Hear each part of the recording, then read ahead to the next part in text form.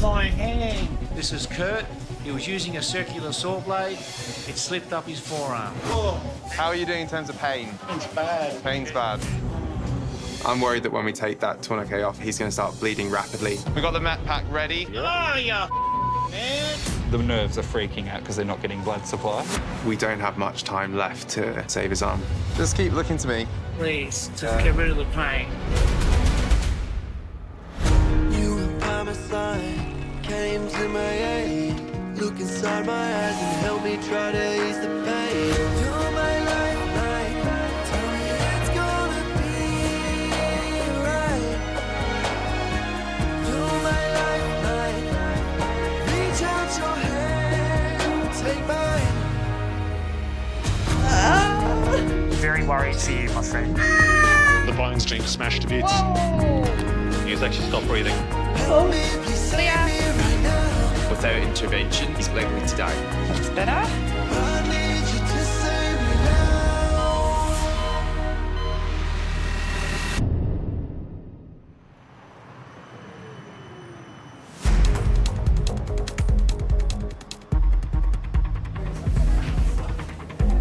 In the ED, emergency Dr. Jonathan Papson shares an office with an unofficial collection of old medical curiosities.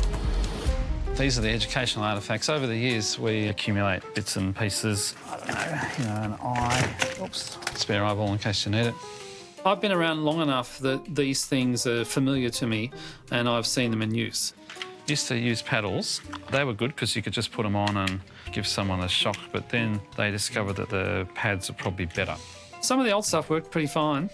One day we'll get a nice big glass cabinet or museum piece. Maybe they'll put me in there too. On the rooftop, Dr. Jonathan's next patient, a young woman, is being choppered in after a serious car accident. I'll probably do this trauma. Yeah. We're about to receive a 19-year-old who's been in a motor vehicle accident where the cars slid, spun and hit a tree. So it's a side impact which can be more dangerous than frontal impacts because there's less protection in the side of the car. G'day. So it's leg injury. Sounds like it's just primary. Work it on, slide you over. You won't fall, okay? You just stay nice and still. Don't try and help us or anything. Harry. I'm Hannah. I'm one of the nurses going to be looking after you, okay? You right? Yeah. Nice deep breath, okay? 1, 2, 3. Doing all right? Yeah. Are you ready to give us the story? She's the driver of a late model small SUV going down a dirt road about 60 kilometres an hour. She's lost control, spun 90 degrees, hitting a big tree. Lateral impact, bang. Yeah, right on the driver's side door. Broke the leg.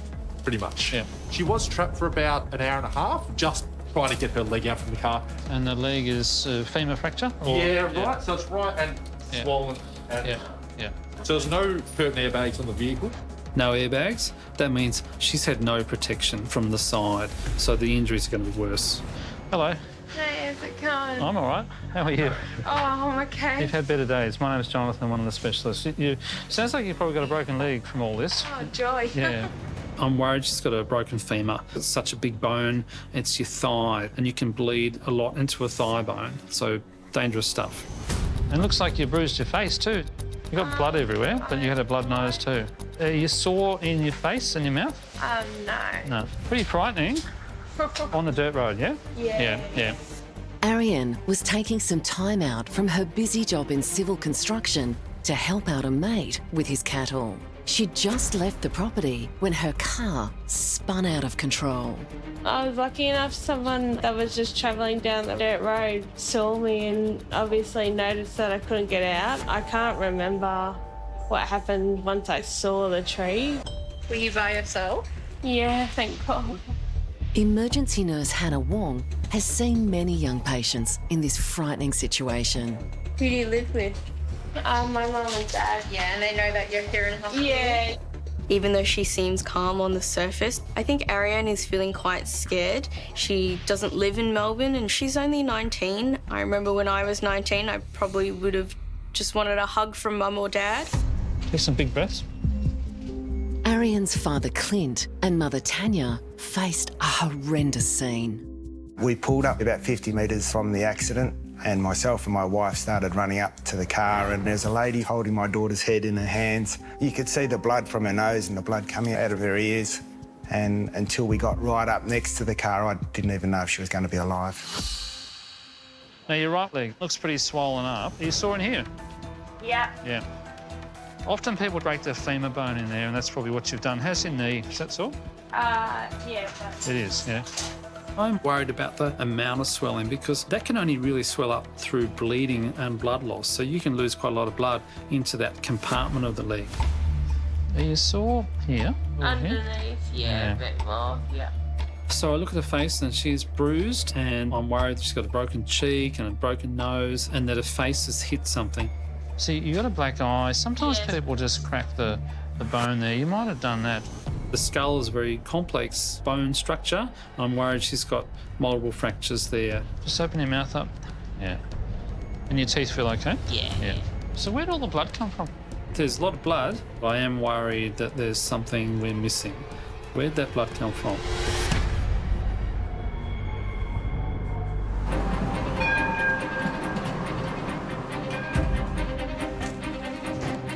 Emergency Registrar Dr. David Sparkle is taking extra care as he starts his shift. I'm about 190 centimetres tall, which occasionally leads to issues. Taking out my head on that way too many times. And it draws amusement from the rest of the team I'm working with whenever I inevitably take my head out on something.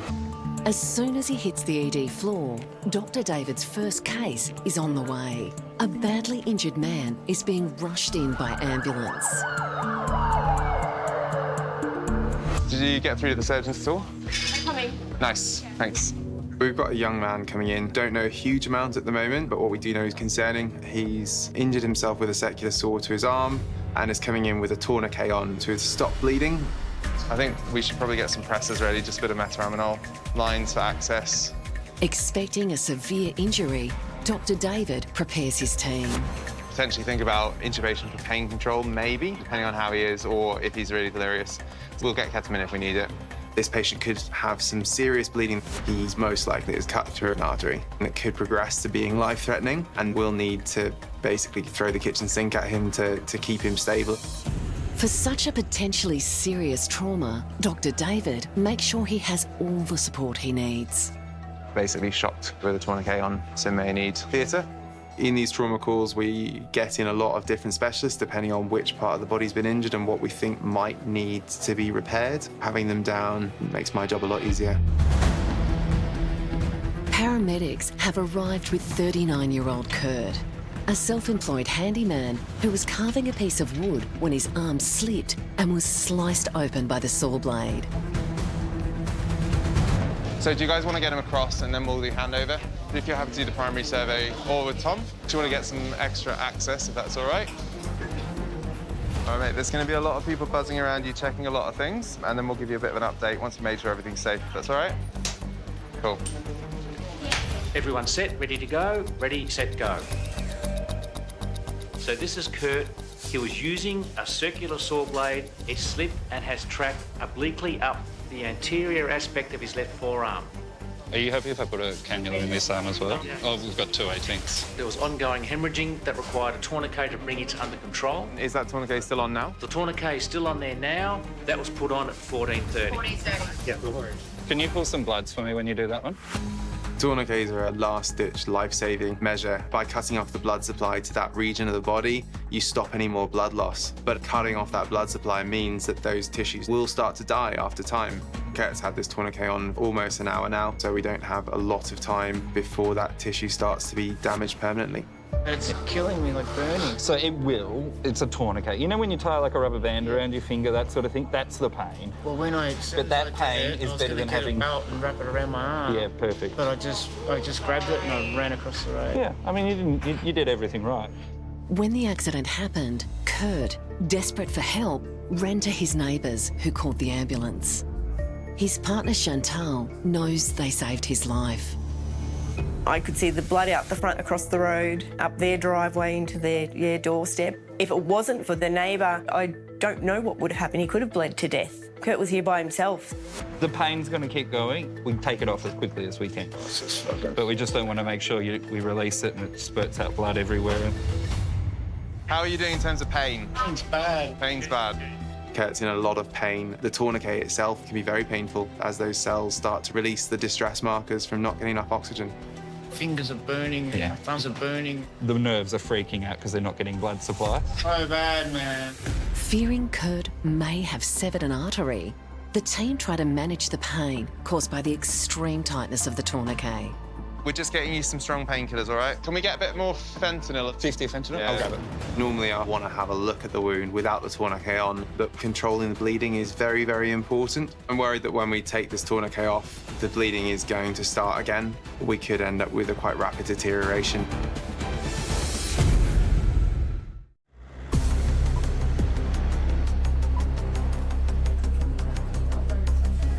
We are just getting everything ready in case it deteriorates when we take the tourniquet down.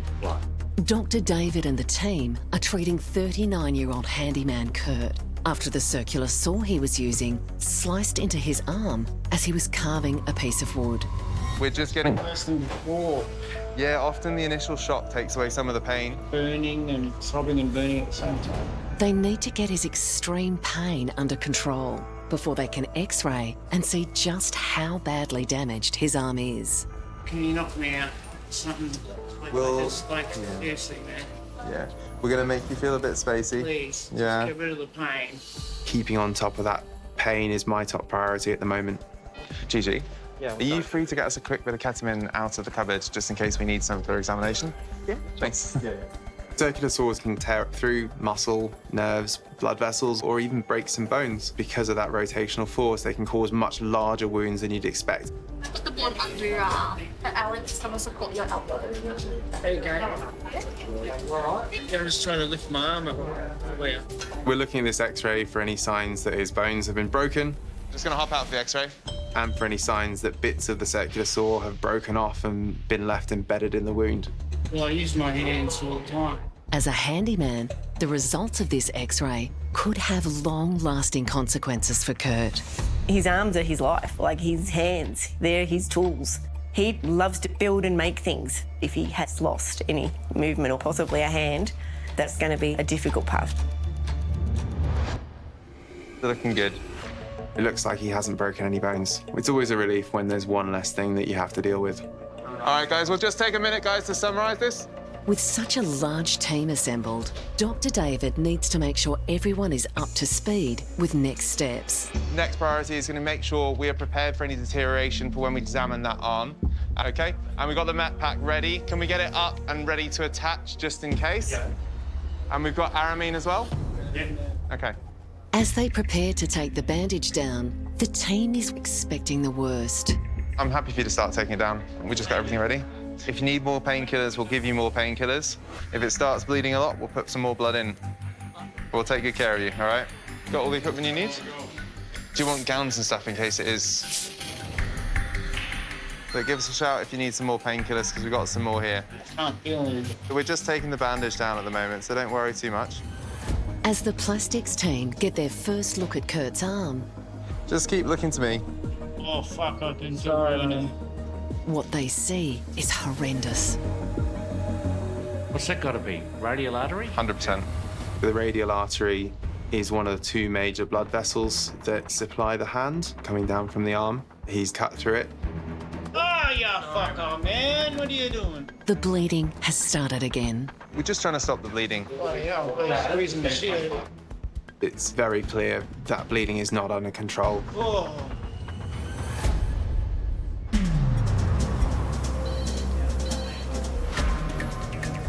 Let's have a proper look at you. So where'd all the blood come from? Dr. Jonathan and Nurse Hannah are treating 19-year-old Ariane, whose car slammed into a tree on a deserted dirt road. She's got some lacerations around her finger on the other hand. Yeah. And she's got a small lap on the side. Yeah.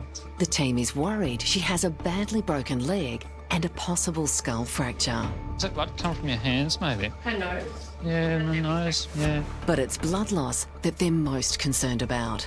You've got lots of dried blood in your nose and face. She's got signs that would fit with a fractured base of skull. When we see fluid coming out of someone's ear or nose, then we're worried about a fractured skull and a breach in one of those membranes that wrap around the brain.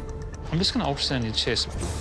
As Dr. Jonathan quickly does an ultrasound, he's aware that Ariane's head slammed into the car door on impact. Do you remember much about what happened? I remember the side of the car going towards the tree. Yeah. After that, I must have been gone for a bit, I think. You reckon? Yeah. What I'm trying to gauge is how bad her head injury is. Did she just black out for a second because she closed her eyes when she hit the tree, or does she actually just not remember a large chunk of time? Because that would be a marker of a head injury or a brain injury. How long do you reckon you were out to it for? I couldn't tell you. Would it have been a long time? Like, 10 minutes, 20 minutes? It's worrying that she doesn't remember a period of time in the accident. We need to test for concussion or other brain injuries. So that's why a CT scan is so important. But before they can take Ariane to CT, Dr. Jonathan wants to see how badly damaged her leg is. We're going to get a scan and an x-ray of your leg, because that's the leg's your problem. Just doing an x-ray of your chest, okay? Yeah. Take a deep breath in now. Hold your breath. So we don't see a fracture. Great. Good. All right. That's good. I'm not seeing a fracture in your leg, so that's good. So it might just be that you've got a really bad cork thigh, so you've got a big bruise in the muscle. It's not fractured, but she's still really sore. So she's got swelling and injury to the muscles around the bone, but not the bone itself. I think it looks all right, but we're still going to scan all the other bits and pieces. Bones can be fixed and bones will heal. But she's had a blow to her head and brain, and those injuries are a different story altogether.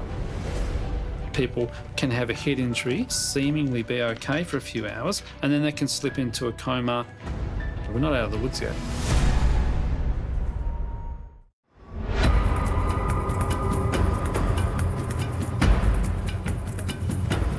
Dr. Jonathan is waiting for a detailed scan report on 19-year-old Ariane, who blacked out after her car smashed into a tree.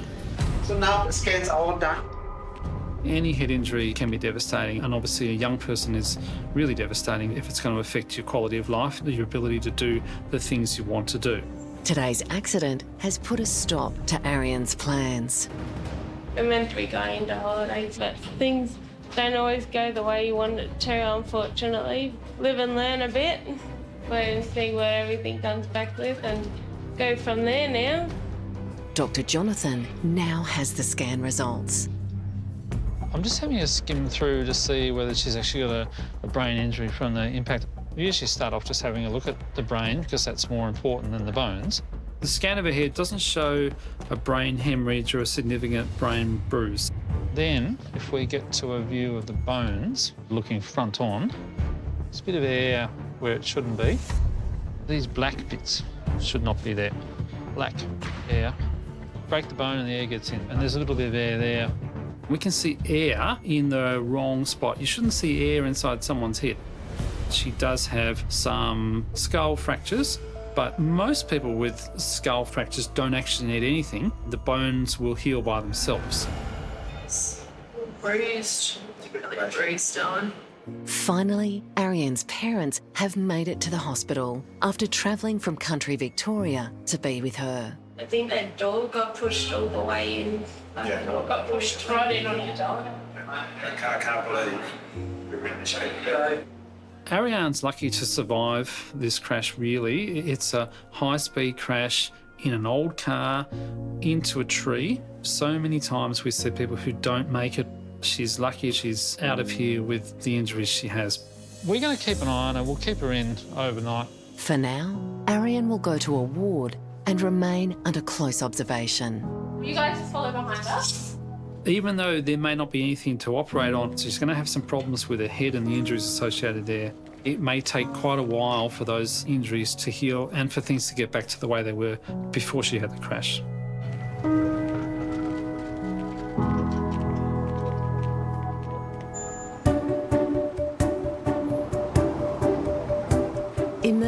Registrar Dr. Tristan Harding likes to get his step count up before starting a busy shift. I usually walk just to get some exercise in. Good way to keep fit. Shifts are generally about 10 hours from start to finish, and you never know if you're going to get a break, so you just got to get some fresh air while you can. Can I check the one that I was going to take, the trauma alert? Because they were originally for trauma too. They're going somewhere else now, do you know? Recess 5. Dr. Tristan's first patient is landing on the rooftop. I've got a patient coming in, aged in his 60s. He's fallen off a roof and hit the ground via a garden bed, so he's got some significant cuts, particularly to his head. There's potential for a serious brain injury or a spinal injury as well. 67-year-old Andrew has 13 grandchildren and was helping family with repairs at home when he fell head first. You lie nice and still, and we'll do all the work, okay? He's putting up some railing on a roof this morning that he's leant over the railing, falling forwards. Believes he's sort of hit his head on some trees and bushes sort of coming down. Fall was approximately 3 metres. Family members are on scene straight away. Andrew's family live in the country and are now on their way to the ED. He sustained a massive laceration to that right side of his head with an avulsion, and that's completely come off to about the ear. With an avulsion, part of the scalp is sheared off the bone, and we've got the bone on view. There's a potential here for a lot of blood loss from this wound. Andrew, how's your pain at the moment? Oh, it's a bit sore on that side. If you need pain relief, let us know. With a fall of 3 metres, Dr. Tristan checks how well Andrew remembers the accident. Can you tell me what happened today? The rail just gave way and went down. And did you go head first into the ground? Yeah, head first. Yeah. I put my hands out. Yep. It might have been the branches and they cut my head. I'm not so sure. Yeah, sure, okay. So what was below? You had some branches, some bushes and trees and stuff? Yeah, it was a garden bed. Garden bed, yep, yeah, okay, no worries. I hit that. Even though Andrew's fall was broken by the bushes below, Dr. Tristan is concerned for spinal injury. Just to check, are you able to wriggle your toes for me? No, can't wriggle my toes or ankles.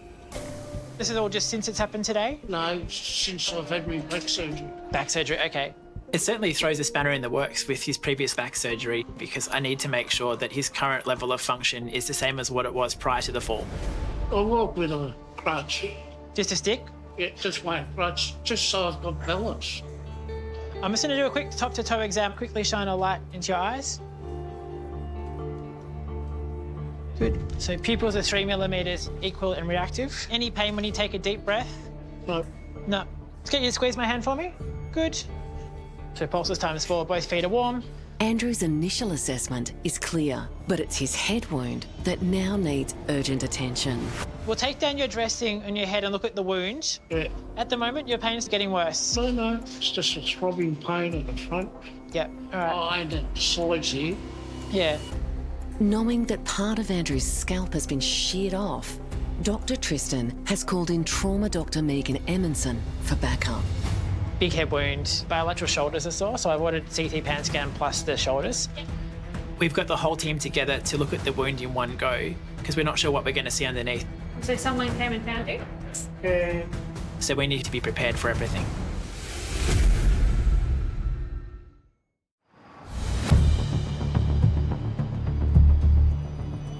Fuck, man. Okay. Like, seriously? We just need to make sure that that bleeding stops so that you're not unsafe until we can get the operation to fix you, okay? Okay. Oh.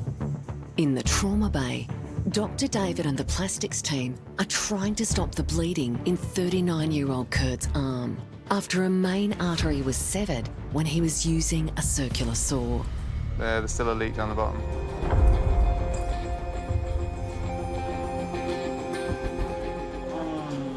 Deep breaths, deep breaths. He's still bleeding. We're gonna need to apply a second tourniquet. Having a second tourniquet doesn't restart the timer. The blood supply has been mostly cut off for the arm by that first tourniquet. The arm has not had enough blood supply and the cells are struggling. So we do need to get into the operating theatre as quickly as possible. The clock is ticking on that arm. Sorry, it's gonna be a little bit uncomfortable. Keep taking those deep breaths for me. We'll get you through.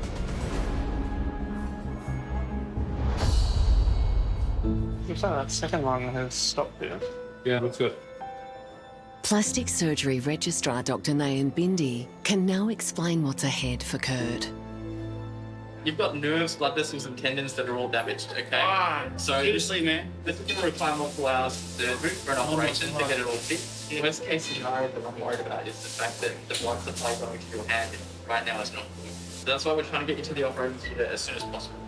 This won't be a simple operation for the plastic surgeons. Well done, guys. With those injuries, it's almost certain Kurt is going to lose some degree of function in his arm. The surgeons will do their best to reattach the nerves and the tendons and the muscles. They'll need to painstakingly repair one by one, but that's no guarantee of success. So he's going to go to Theatre 13. As someone that works with his hands, this is a potentially life-changing injury for Kurt. I can only hope things go well for him. In the hope of saving Kurt's arm, the surgery team is taking him straight to theatre.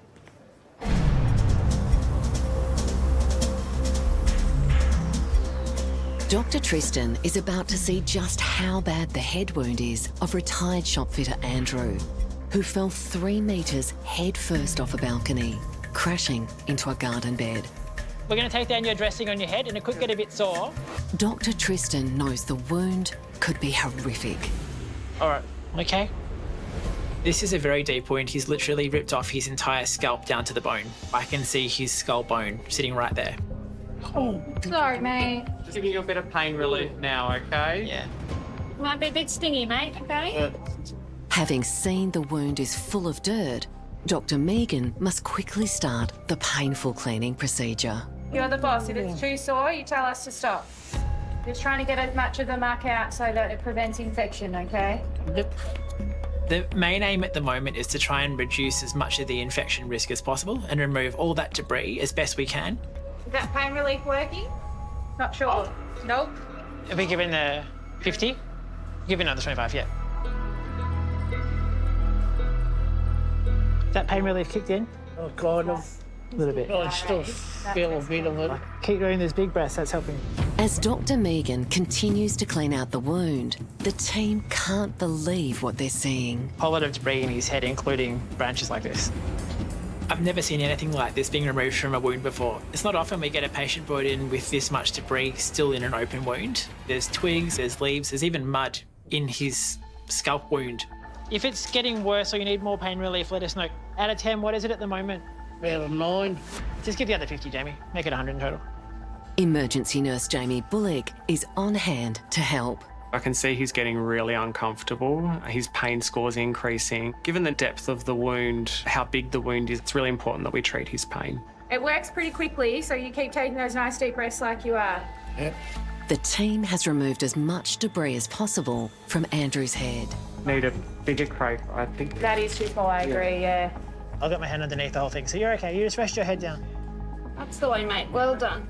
With the wound safely bandaged, Dr. Tristan updates Andrew. Wound on the head's quite decent. It'll need to have an operation to fix it. You okay? Lot to deal with, eh? Yeah. You're in good hands. The next step is to do some imaging with a CT to look for other injuries on the inside, whether there's a skull fracture, and to make sure there's no bleeding on the brain. Bleeding on the brain could be catastrophic for Andrew with long-term consequences.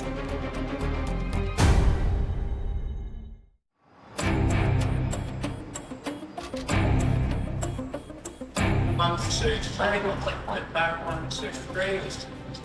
67-year-old grandfather Andrew is having an urgent CT scan.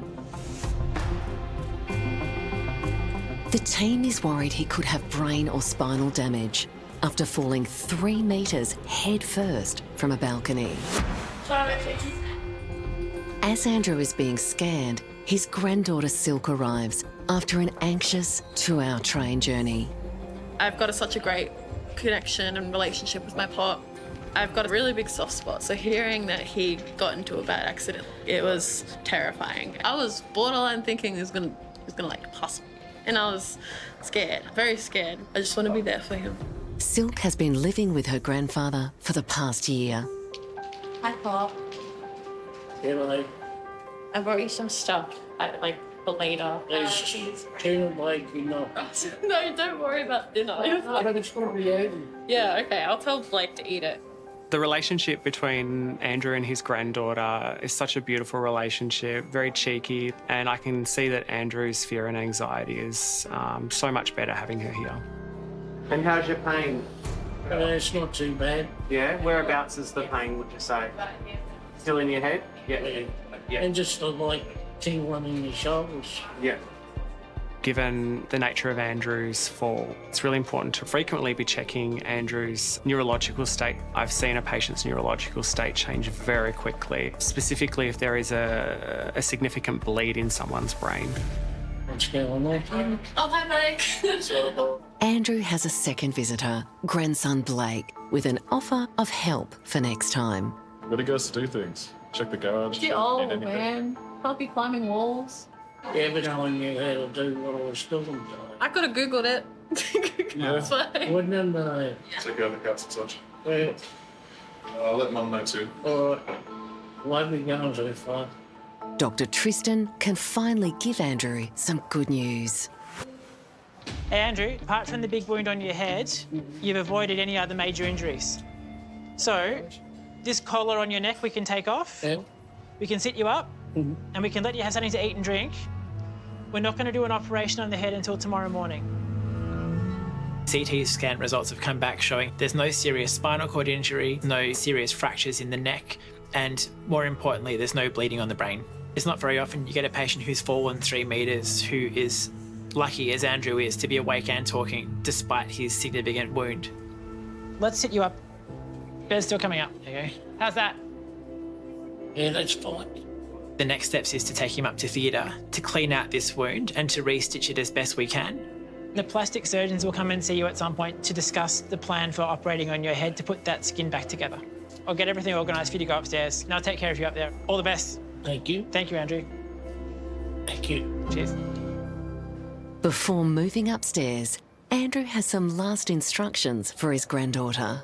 I expect the house to be clean when I get home. Oh, shit. But I'm glad you're okay and everything's okay. Yeah.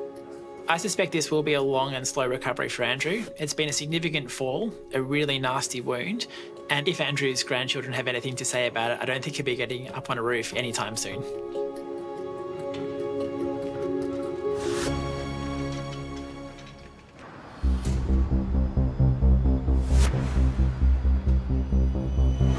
Many agree that breakfast is the most important meal of the day.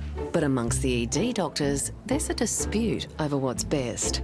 How do you all have your avocado in the morning? So, not at all. Not at all. I have mine with sourdough toast, salt and pepper.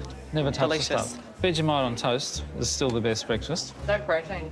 No, it's great. Don't like Vegemite. Stick with my coffee.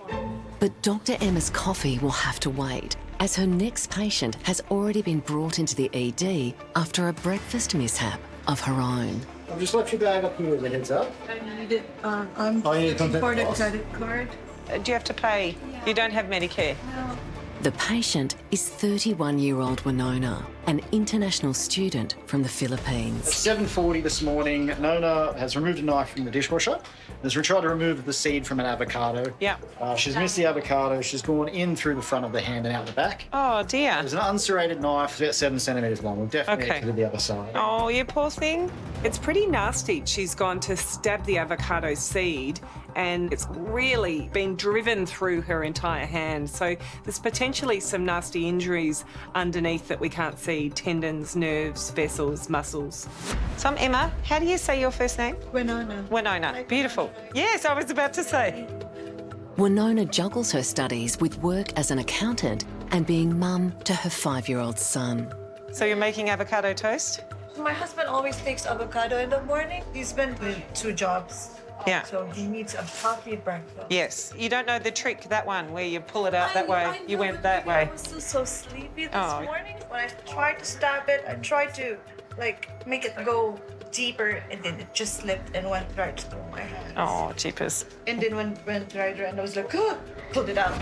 She's pulled it straight back out. So the process of going through the hand or it being removed can sever a tendon, you can sever a nerve or a vessel, and there could be bleeding.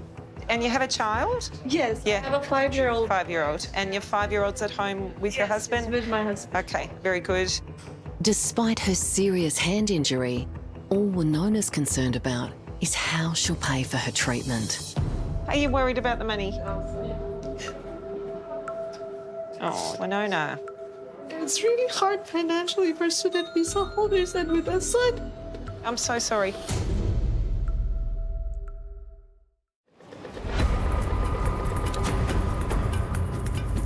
Do you mind if I have a look? Dr. Emma is about to see the stab wound in 31-year-old Winona's hand. Is your pain okay? Yeah.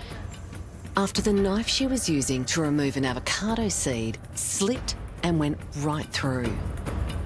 Okay. Okay.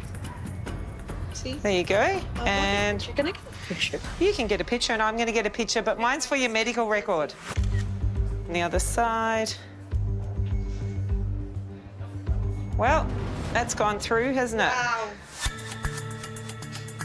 It's a big, sharp knife that's gone in one side, out the other, and then been pulled out. So it would be a miracle if she hasn't hit something significant, because there's heaps of structures just traversing through the palm of the hand. Any one of those could be injured.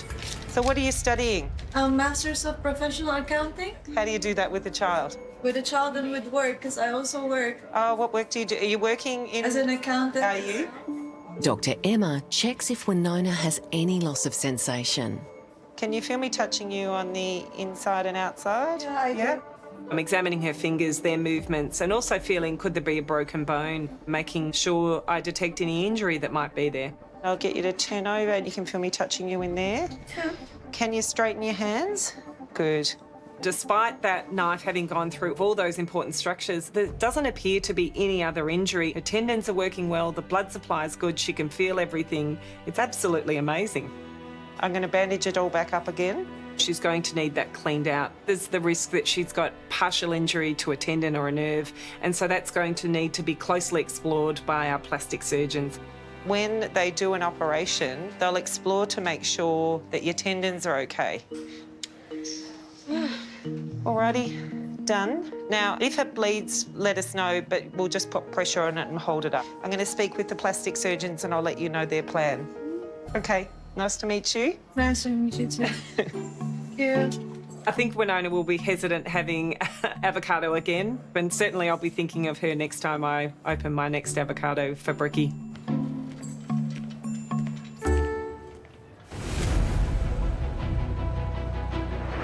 Nice deep breath, okay? You're doing all right. 19-year-old Ariane's car spun out of control and slammed sideways into a tree on a deserted road. So where'd all the blood come from? She was airlifted to the ED with a suspected broken leg and head injuries. Looks like you bruised your face too. You got blood everywhere. After multiple scans, Ariane escaped with only a badly bruised thigh, but sustained serious head injuries. These black bits should not be there. You shouldn't see air inside someone's head.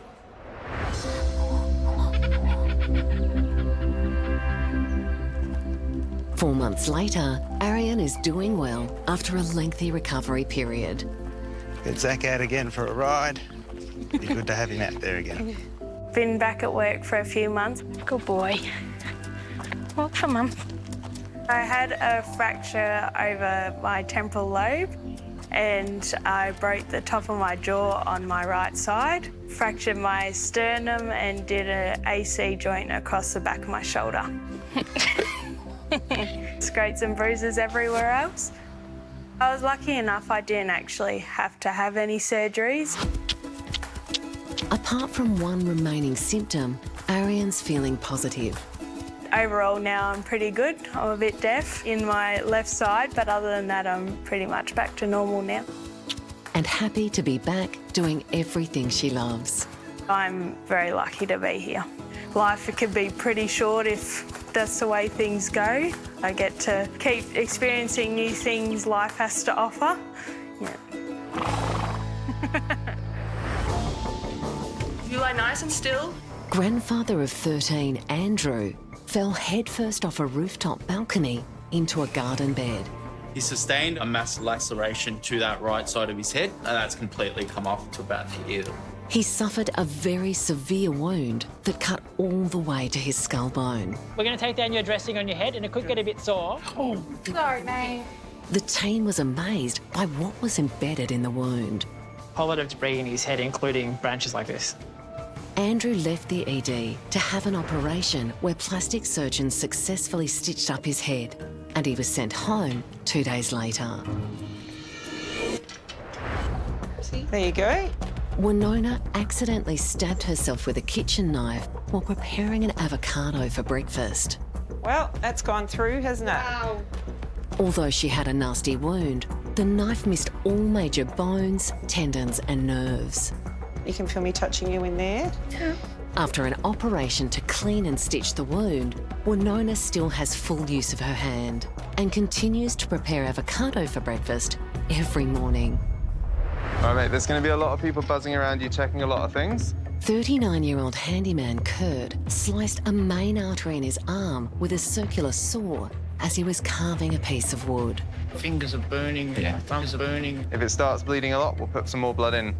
To stop the bleeding, the team needed to put on another tourniquet, but were worried they wouldn't be able to save his arm. We need to make sure that that bleeding stops. The arm has not had enough blood supply and the cells are struggling. Kurt was rushed to surgery for an emergency operation. 4 months later, Kurt is still recovering from the traumatic accident. The injury started from there, ran all the way around and up my arm. The accident impacted my life hugely. I struggle with everything. I can't hold things, I can't grip things. Kurt has endured multiple surgeries and rehab. I had to cut down the centre of the palm of my hand. They stitched my 3 tendons, they were shot. Despite a slow recovery, Kurt is philosophical about the future. It happened, and I can't change that. But what I can change is the way I do things, the way I look at things. You know, it gives you a different perspective on life. Well, we'll just get there slowly, and then we'll start on the next job. Yeah. I'm really grateful I still got my hand. I'm grateful that I'm here.